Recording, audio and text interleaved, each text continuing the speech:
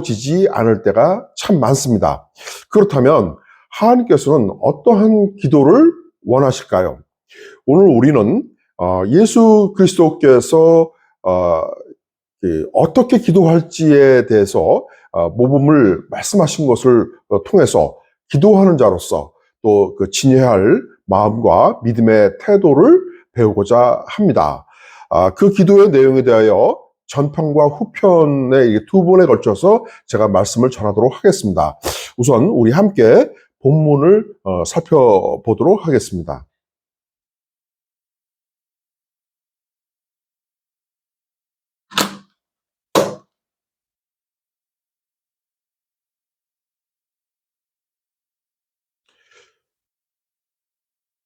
그러므로 너희는 이렇게 기도하라. 여기서 기도하라는 그 원어인 헬라어의 현재 그 명령형 동사입니다.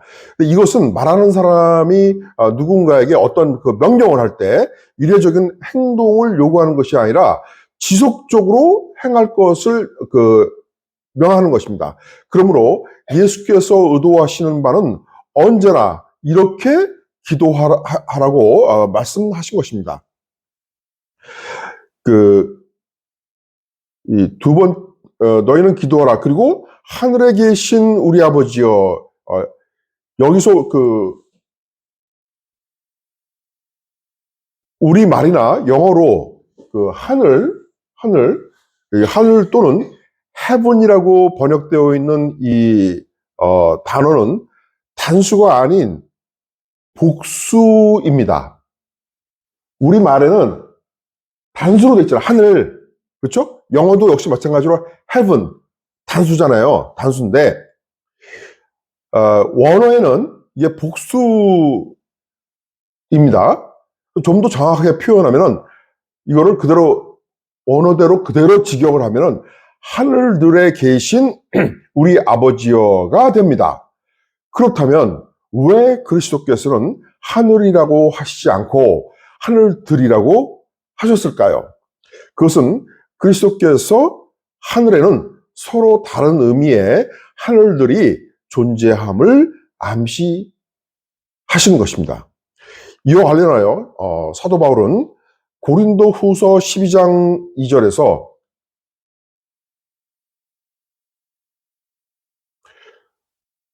내가 그리스도 안에 있는 한 삶을 아노니 14년 전에 그가 셋째 하늘에 이끌려 간지라 가로 열고 그가 몸 안에 있었는지 몸 바깥에 있었는지 나는 모르거니와 하나님은 아시느니라.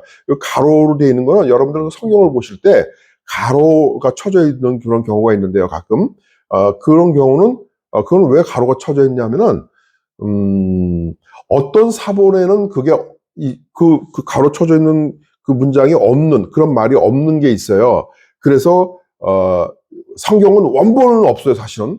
근데 이제 우리가 여러 가지로 우리 학자들이 연구하고 발굴해낸 그런 발견된 사본들을 가지고 연구한 결과 이거는 원본에 가깝다라고 인정이 된 그걸 가지고 우리가 이제 이렇게 성경책이 만들어진 건데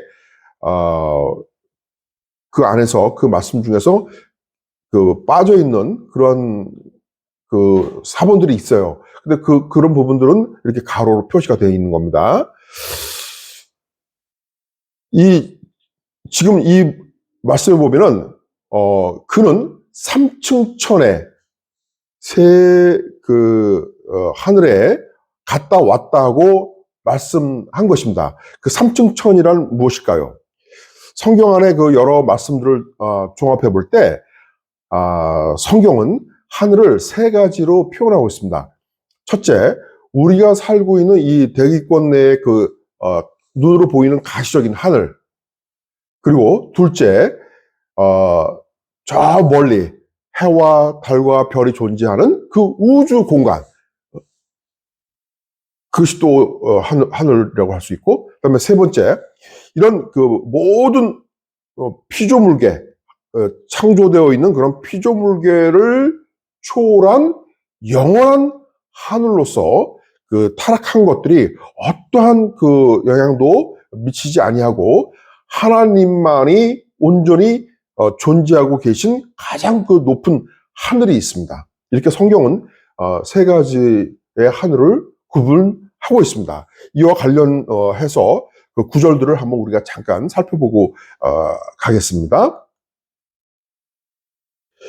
먼저 시편 148편 4절입니다. 하늘의 하늘도 그를 찬양하며 하늘 위에 있는 물도 그를 찬양할지어다. 또 역대하 2장 6절 누가 능히 하나님을 위하여 성전을 건축하리요 하늘과 하늘들의 하늘이라도 주를 용납하지 못하겠거든. 내가 누구이기에 어찌 능히 그를 위하여 성전을 건축하리요. 이와 같이 성경은 여러 하늘들이 존재함을 말씀하고 있습니다. 오늘 본문에서 그리스도께서 하늘들에 계신 우리 아버지여 라고 말씀하신 것은 이 말씀 속에서 하나님께서는 온 우주의 그 공간을 초월하여 무한하시지만 동시에 우리 곁에 계시기도 한 분이라는 것을 나타내신 것입니다. 다음은 아까 우리 그 본문 9절 끝부분 보면은 이름이 거룩히 여김을 받으시오며 이것은 출애굽기 3장 14절에서 하나님께서 나는 스스로 있는 자이다. 스스로 있는 자이다. 이렇게 말씀하셨잖아요. 이 말씀하신 바와 같이 그는 스스로 존재하시고 또 그가 자신을 계시하는 대로의 그 자신이십니다. 따라서 그의 이름에는 그의 거룩하신 인격과 능력과 또 권위도 함께 하는 것입니다. 거룩히 여김을 받으시오며는 그분의 이름이 거룩하지 않기 때문이 아닙니다. 하나님께서는 레위기 19장 2절을 한번 보면 이렇게 말씀하고 있습니다. 너는 이스라엘 온 회중에게 말하여 이르라. 너희는 거룩하라. 나 여호와 너희 하나님이 거룩함이니라. 하나님께서는 거룩하신 분입니다. 이 세상에는 그분의 이름만큼이나 거룩한 것은 존재하지 않습니다. 하나님의 백성이란 그 거룩한 이름의 주의 형상을 따라 창조된 존재들입니다. 그와 같은 존재들임에도 불구하고 순수성을 상실해버린 인간들의 천박한 생각과 행동에 의해서 경멸받지 않게 해달라는 그런 말씀입니다.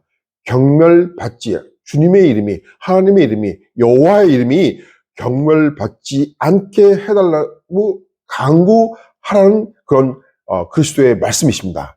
이것에 관해서 사도 베드로는 베드로전서 1장 15절에서 오직 너희를 부르신 거룩한 자처럼 너희도 모든 행실에 거룩한 자가 되라고 말씀하고 있습니다. 달리 말씀드리면 그분의 거룩한 그 이름의 가치만큼 거룩하게 대접받게 해달라는 것입니다. 거룩하게 대접받으려면 어떻게 해야 합니까? 우리를 부르신 거룩한 그리스도처럼 우리도 또한 거룩한 삶을 살아가야 하는 것입니다. 우리가 거룩한 삶을 살아감으로써 주의 이름이 거룩히 여김을 받으시게 되기 때문입니다. 이제 다음은 10절을 보겠습니다. 10절 나라가 임하시오며 뜻이 하늘에서 이루어진 것 같이 땅에서도 이루어지다. 여기서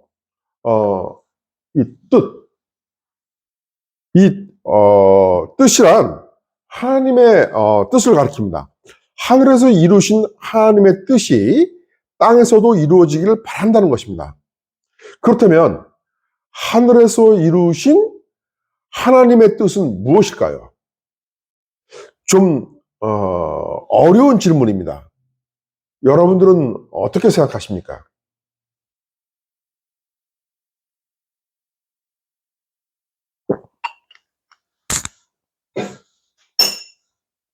사도 바울은 로마서 12장 2절에서 하나님의 선하시고 기뻐하시고 온전하신 뜻을 언급했습니다. 너희는 이 세대를 본받지 말고 오직 마음을 새롭게 함으로 변화를 받아 하나님의 선하시고 기뻐하시고 온전한 뜻이 무엇인지 분별하도록 하라. 이렇게 말씀하고 있습니다. 이와 같이 그 하나님의 선하시고 기뻐하시고 온전하신 뜻이 하늘에서 이루어진 것처럼 이 땅에서도 하나님의 선하시고 기뻐하신 뜻이 이루어지게 해달라고 간구하라는 것입니다. 우리가 하나님의 선하시고 기뻐하신 뜻을 보다 잘 이해하기 위해서 미가서 6장 8절 말씀을 한번 살펴보겠습니다. 지금 하나님께서 미가 선지자를 통해서 사람아 주께서 선한 것이 무엇임을 내게 보이셨나니 여호와께서 내게 구하시는 것은 오직 정의를 행하며 인자를 사랑하며 겸손하게 내 하나님과 함께 행하는 것이 아니냐 이렇게 말씀하십니다. 여기서 인자를 사랑하면은 우리 그 예비교회가 공식적으로 사용하고 있는 ESV 영어 성경에는 love kindness라고 되어 있습니다. 여기 한번 보시면요.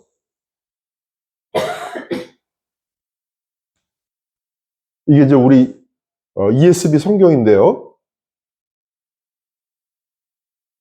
인자를 사랑한다 할 때 여기 저 인자 우리말에는 인자하고 또 그리스도께서 당신을 가르치실 때 인자라고 하셨잖아요. 그러니까 그 발음이 같아가지고 우리가 좀 헷갈리는데 여기서 얘기하는 인자라는 건 인자함입니다. 인자하다. 우리 인자하다 할 때 그 어질인자, 자비자자 해서 그 자비로울 자자. 그래서 그렇게 인자함. 이 kindness를 우리말에는 인자함이라고 이렇게 번역을 했는데요. 인자함을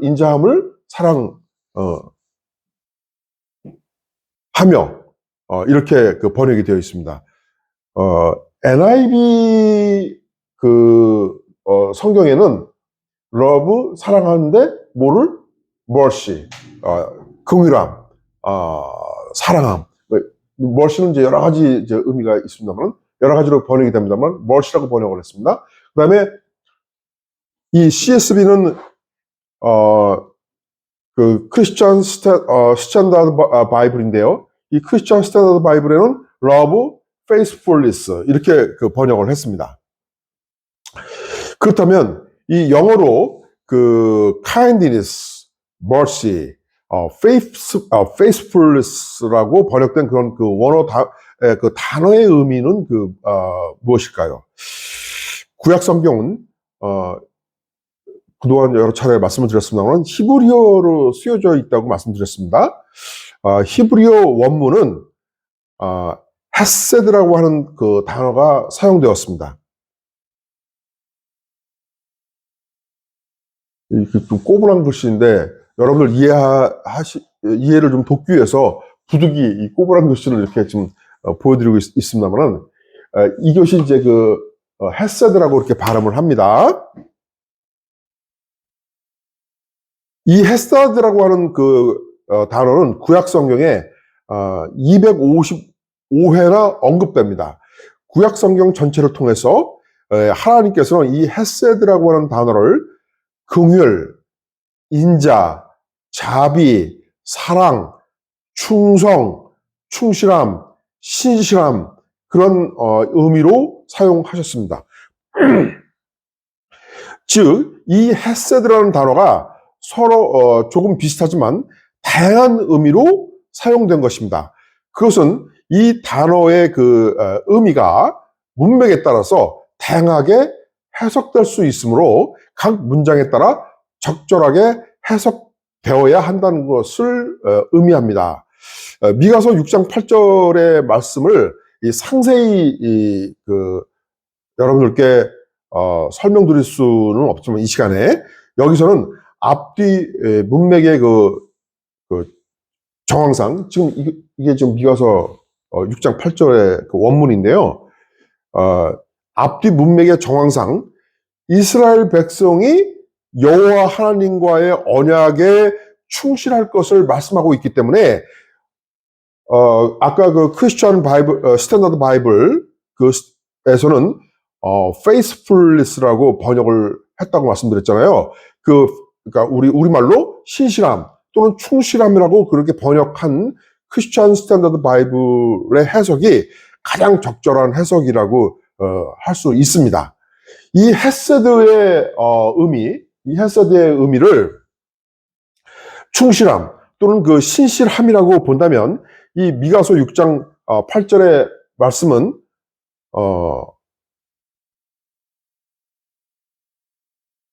정의를 행하는 것과 하나님의 언약에 충실함에 대한 그 사랑을 겸손히 하나님과 함께 행하는 것이 하나님의 선하신 뜻이라는 그런 말씀이 됩니다.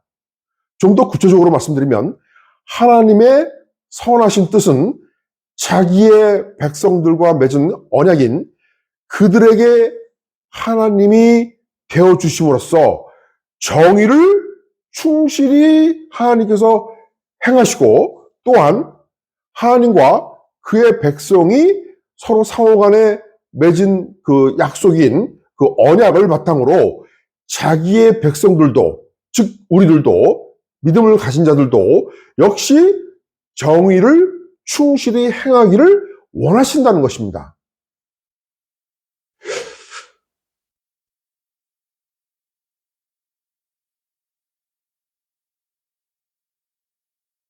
그렇다면 이 하나님이 원하시는 정의라고 하는 개념, 이 정의라고 하는 개념, 이 아름다운 덕이기도 하고 그 이 고귀한 가치는 어디로부터 오는 것일까요?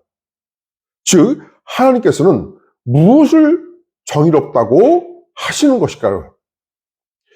하나님의 말씀이 기록이 되어 있는 그 성경, 특별히 구약 성경에는 우리말의 그 정의 또는 공의라고 그 번역되고 영어로는 그 justice 또는 righteousness 또는 judgment라고 그 번역되는 원어가 두 가지가 있습니다. 한 가지는 그 차다카라는 그 히브리어로서 주로 하나님과의 관계와 관련한 그 말씀에 사용된 용어입니다. 그리고 또 다른 한 가지는 미시파트라고 하는 그 히브리어로서 주로 공평한 사회 질서와 올바른 통치와 관련해서 사용된 용어입니다. 그러나 이 용어들은 두 가지 모두 우리말의 정의, 영어로는 justice 또는 우리말의 의, 영어로는 righteousness라고 번역될 수 있는 그 개념들입니다. 우리가 이 정의라고 하는 용어에 대해서 좀 더 잘 이해하기 위해서 성경 속으로 들어가 보도록 하겠습니다. 먼저 창세기부터 살펴보겠습니다. 창세기 18장 9절입니다. 내가 그로 그 자식과 권속에게 명하여 여호와의 도를 지켜 의와 공도를 행하게 하려고 그를 택하였나니 이는 나 여호와가 아브라함에 대하여 말한 일을 이루려 함이니라. 이 말씀은 하나님께서 아브라함을 택하신 이유가 아브라함과 그의 가족들이 의와 공도를 행하게 할 목적이라는 것입니다. 그런데 여기에서 이 의와 공도, 영어로는 righteousness and justice라고 번역된 이 단어들의 히브리어 원어가 체데카 그리고 미시파트라는 그런 그 단어입니다. 즉 체데카는 의, righteousness로 그리고 미시파트라고 하는 단어는 우리말로 공도, 영어로는 justice라는 용어로 사용된 것입니다. 다음에는 이사야서 5장 7절을 한번 살펴보겠습니다. 무릇 만군의 여호와의 포도원은 이스라엘 족속이요 내가 기뻐하시는 나무는 유다 사람이라. 그들에게 정의를 바라셨더니 도리요 포악이요 그들에게 공의를 바라셨더니 도리어 부르짖음이었도다. 여기서는 그 미슈파트라고 하는 히브리어 단어를 정의로 그리고 차다카라고 하는 그 단어를 공의라고 이렇게 그 번역을 했습니다. 이와 같이 성경 속에서 이 용어들은 혼합하여 사용되고 있습니다. 여러분들 이해하셨죠? 지금 이 정의, 공의, 의 이러한 단어들이 히브리어의 원어가 두 가지가 있는데 서로 바꿔가면서 사용되었다고 하는 것입니다. 그런데 이 시점에서 우리가 알고자 하는 것은 하나님께서 사용하신 이 정의라고 하는 개념이 어디에서 왔으며 또한 어떤 경우에 사용됐는가 하는 것입니다. 어떻습니까? 여러분들도 궁금하시죠? 그것은 바로 헤세드로부터 온 것입니다. 즉 헤세드를 행할 때 하나님께서는 그것을 정의롭다고 하십니다. 예를 들면 예레미야서 22장 3절 여호와께서 이와 같이 말씀하시되 너희가 공평과 정의를 행하여 탈취당한 자를 압박하는 자의 손에서 건지고 이방인과 고아와 과부를 압제하거나 학대하지 말며 이곳에서 무죄한 피를 흘리지 말라라고 말씀합니다. 이 말씀은 사회적 약자에 대한 긍휼함, 인자함, 자비함, 사랑함 등이 그러한 것들이 정의를 행하는 것이라고 말씀하고 있는 것입니다. 그것들은 모두 히브리어 원어의 그 헤세드를 가리킵니다. 따라서 하나님의 정의는 긍휼함, 인자함, 자비함, 사랑함, 충실함, 신실함 등의 의미를 지니고 있는 그 헤세드로부터 출발하는 개념으로서 그 헤세드를 하나님의 정의는 그 헤세드를 행하는 것입니다. 오늘 본문에서 아버지의 뜻이 하늘에서 이루어진 것 같이 라고 말씀하고 있으므로 이 헤세드의 정의가 하늘의 하나님 나라에서는 온전히 이루어졌습니다. 달리 말씀드리면 하늘의 하나님의 나라는 하나님의 뜻인 이 헤세드의 정의와 하나님과 천국 백성들 간의 언약이 충실히 이행되는 상태인 것입니다. 한편 사도 바울은 하나님의 나라의 그 정체성에 관해서 이렇게 말씀하고 있습니다. 로마서 14장 17절을 함께 보겠습니다. 하나님의 나라는 먹고 마시는 것이 아니요 오직 성령 안에 있는 의와 평강과 희락이라.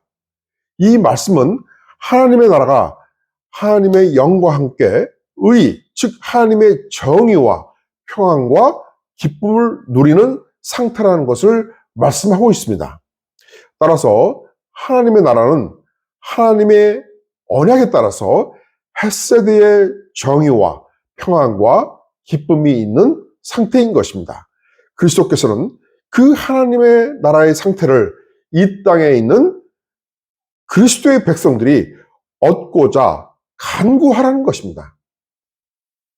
하늘에서 이미 이루어진 그 하나님의 나라의 그 정의와 평안과 기쁨이 이 땅에서도 이루어지기를 원하시는 그 그리스도께서 하나님의 뜻은 그의 아들을 믿고 영생을 얻는 것이라고 말씀하고 있습니다. 그 말씀이 요한복음 그 6장 40절입니다.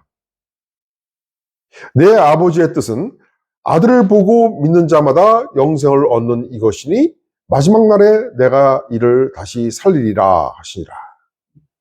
이 말씀의 의미는 하늘에서 이루신 그 하나님의 뜻이 이 땅에서 이루어지기 위하여 하나님께서는 이 땅에 존재하면서 장차 그리스도와 함께 영생을 누릴 자기의 백성들이 먼저 예수 그리스도를 믿기를 원하신다는 것입니다. 그렇다면 예수 그리스도를 믿는다는 것은 무엇을 의미합니까? 예수 그리스도를 믿는다는 것은 단지 그의 십자가의 죽음의 의미를 받아들이고 또한 그를 믿으면 구원받을 수 있을 것을 기대하기만 하는 그러한 관념적인 것이 결코 아닙니다. 예수 그리스도를 믿는다는 것은 그리스도의 가르침을 따르고 그의 명령에 순종하는 것이며 성령님의 도우심으로 자발적으로 그의 계명을 지키는 것을 의미합니다. 하나님 나라의 정의, 그 저스티스에 관해서 그리스도께서는 사복음서를 통해서 많은 말씀들을 하셨습니다. 마태복음 5장 1절부터 7절 29절에 기록되어 있는 그 산상수훈은 그 대표적인 예입니다. 그 말씀들은 그리스도의 정의라고 표현할 수 있는 의로운 삶을 위한 그리스도의 계명들을 의미하기도 합니다. 예를 들면 심령이 가난할 것과 애통할 것과 온유할 것과 의에 줄이고 목마를 것과 긍휼히 여길 것과 마음이 청결하고 또 화평케 할 것과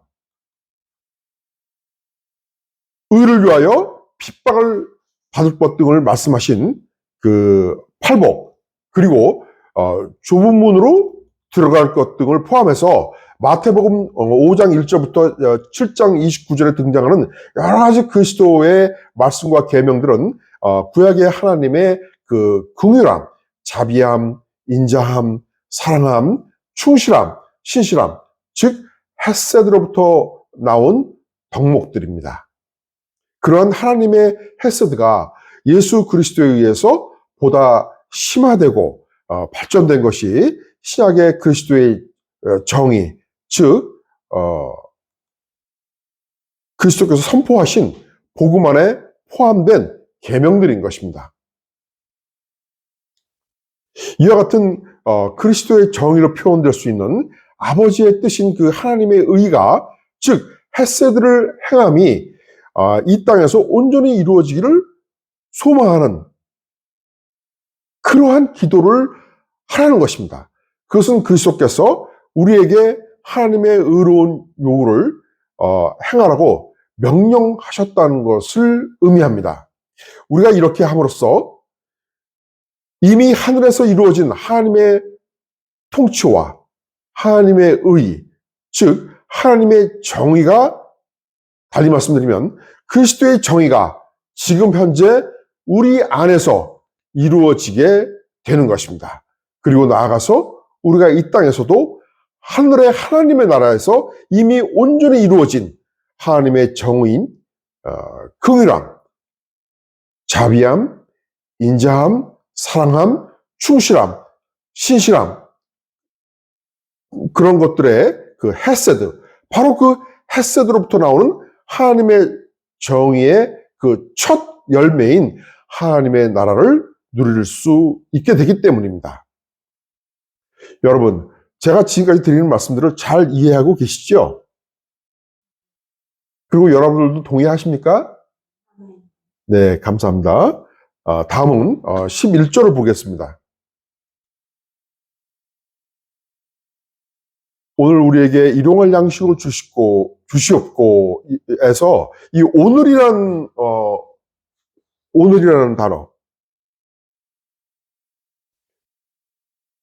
이 오늘이라는 이 단어는 이 원어에서 지금, 현재 이러한 뜻도 있습니다. 따라서 앞으로 올 날을 위하여 지금 우리에게 그런 뜻이 되겠습니다. 다음에 일용할, 여기 보면은 일용할 양 이렇게 돼 있잖아요. 이 일용할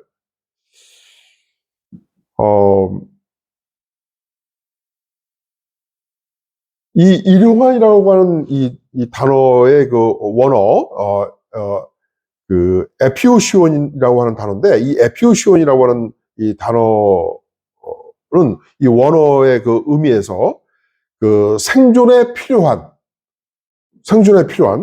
또는 매일의 생존의 필요를 충족시켜 주는 그러한 뜻이 있습니다. 여기 우리말에는 일용할이라고 이렇게 번역이 되어 있습니다만은, 이 일용할이라고 하는 이 단어의 원어의 의미가, 에피오시온이라고 하는 그 의미가 생존에 필요한, 또 매일의 생존의 필요를 충족시켜 주는 그러한 그 뜻이 있습니다. 그렇다면 이 말씀은 앞으로 올 날을 위하여 지금 우리에게 생존에 필요한 양식을 주시옵소서라고 번역할 수 있겠습니다. 그 말씀은 우리가 살아가는 데 있어서 생존에 필요한 최소한의 것만을 구할 것이지 그 이상의 탐욕스러운 것을 구하지 말라는 것입니다.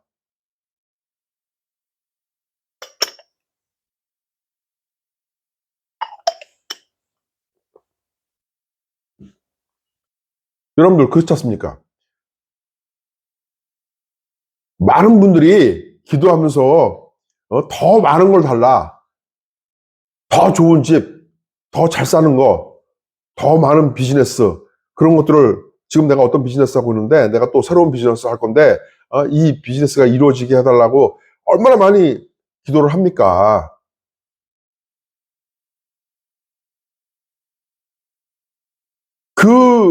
그렇게 물질을 달라고 많은 사람들이 새벽기도 나와서 기도하고 주야 주야 주여, 삼창으로 시작하겠습니다.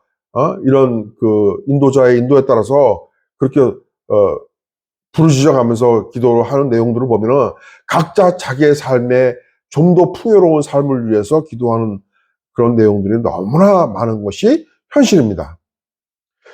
그렇게 많은 물질을 달라고 기도하는 것 자체가 죄악이라는 뜻은 아닙니다. 그렇게 할 수 있어요. 네, 그렇게 할 수 있습니다. 다만 지금 우리가 보시는 바와 같이 주님께서는 매일 생존에 필요한 양식만을 구하라고 그렇게 기도하라고 명령하셨는데, 그러면 더 많은 물질이, 우리가 열심히 일하다 보면 더 많은 물질이 생기는데 그럼 어떻게 할 거냐?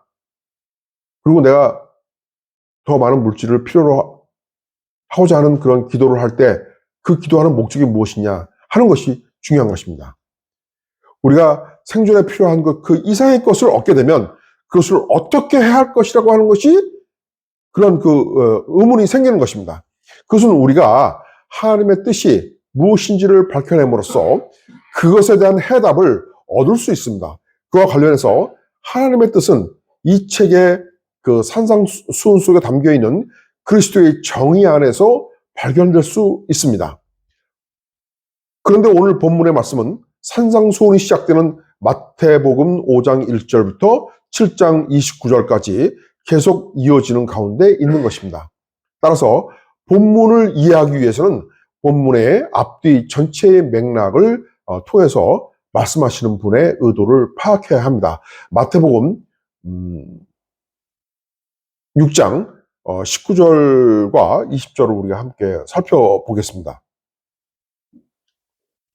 너희를 위하여 보물을 땅에 쌓아두지 말라. 거기는 좀과 동록이 행하며 도둑이 구멍을 뚫고 도둑질하니라. 이 말씀은 현세적으로 보이는 것, 즉 이 세상의 것에 대해서 최선의 그 가치와 행복을 두지 말라는 것입니다. 오히려 그것들이 훗날 최후의 심판 때에 큰 화를 입을 수 있다는 것입니다. 그 다음에 20절에서 오직 너희를 위하여 보물을 하늘에 쌓아두라. 거기는 좀이나 동록이 행하지 못하며 도둑이 구멍을 뚫지도 못하고 도둑질도 못하느니라 라고 말씀하십니다. 여기에서 이 하늘에 쌓는 보물이라는 것은 이 땅에서 행한 선한 일들을 가리키는 것입니다. 그리고 그것은 영원한 가치를 지니는 것이면 그 무엇이든지 해당됩니다. 달리 말씀드리면 의로운 일을 행하는 것, 그리스도를 위하여 고난받는 것, 다른 사람을 사랑하는 것, 다른 사람을 위해서 헌신하는 것, 미운 사람, 나에게 죄 지은 사람, 그런 사람들을 용서하는 것, 그런 것 같이 하나님의 헤세드로부터 나오는 그 그리스도의 정의를 실천하는 것들을 의미합니다.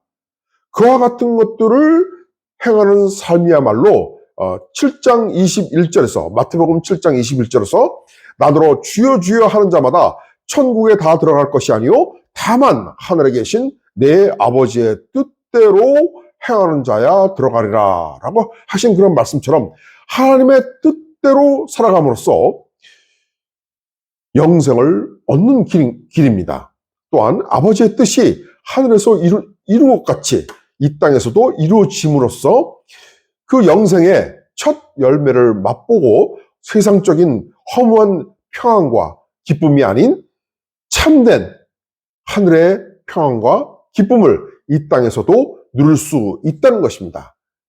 여러분, 사도 바울이 디모데전서 6장 18절 19절에서 선한 일을 행하고 선한 사업에 부하고 나눠주기를 좋아하며 동종하는 자가 되게 하라. 이것이 장래에 자기를 위하여 좋은 터를 쌓아 참된 생명을 취하는 것이니라 라고 말씀하신 것처럼 선한 일을 행하고 선한 일에 부유해짐으로써 영원하고 참된 생명을 취하시기를 바랍니다. 그것이 하나님의 헤세드의 정의를 행함으로써 이 땅에서도 그리스도의 정의를 이루는 것이기 때문입니다. 또한 그것은 곧 아버지의 뜻대로 행하는 것이며 천국에 들어가는 길인 것입니다. 그러한 그 믿음의 행위들은 참된 믿음을 가진 자에게 주어지는 성령의 도우심에 의해서 자발적인 순종으로 자연스럽게 나타날 것입니다. 왜냐하면 참된 믿음을 가진 자란 거듭난 자를 가리키고 거듭난 자에게는 성령이 선물로 주어지기 때문입니다. 이와 관련된 말씀으로 사도행전 2장 38절을 우리가 한번 살펴보고 가겠습니다. 사도행전 2장 38절에 베드로가 이르되 너희가 회개하여 각각 예수 그리스도의 이름으로 세례를 받고 죄 사함을 받으라.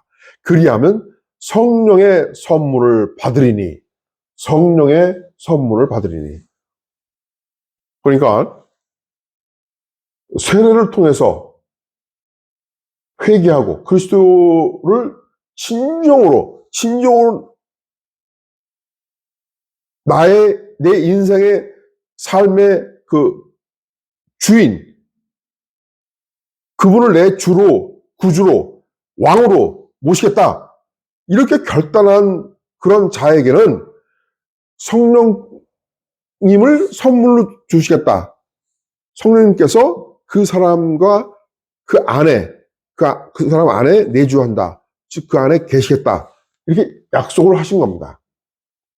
이 말씀에서 이 성령의 선물이란 회개의 세를 통해서 거듭난 자는 성령의 그 내주하심을 은혜의 선물로 받는다는 것을 의미하는 것입니다.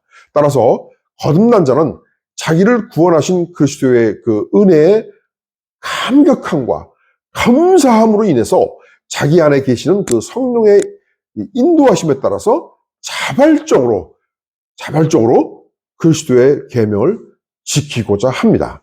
또한 자발적으로 헤세드 그리스도의 정의를 행하고자 합니다. 그것이 거듭난 자, 즉 참 믿음을 가진 자의 자연스러운 그런 그 모습인 것입니다. 믿음의 성도 여러분, 이제 우리가 진정으로 거듭난 자라면 또한 참 믿음을 가진 자들이라면 하나님의 뜻에 따라 헤세드의 그리스도의 정의를 행함으로써 아버지의 뜻이 하늘에서 이루어진 것 같이 이 땅에서도 이루어지기를 간구합시다. 그것이 아버지의 이름이 거룩하게 여김을 받게 하는 것이며 그리스도의 백성으로서 성도의 거룩한 삶을 살아가는 태도인 것입니다. 바로 그것이 성경의 가르침이며 또 하나님의 뜻인 것입니다. 여러분, 이제 아셨지요? 그 하나님의 뜻이 무엇인지를. 우리가 그렇게 함으로써 이 땅에서 하나님의 나라를 누리게 될 것이며 또한 아버지의 이름이 거룩히 여김을 받을 것입니다. 뿐만 아니라 주께서 다시 오시는 그날에 우리가 그리스도의 영광을 누리게 될 것입니다. 그러므로 우리 모두가 하나님의 뜻을 따라 헤세드의 그리스도의 정의를 행하는 참 믿음을 가진 성도가 되시기를 주님의 이름으로 축원합니다.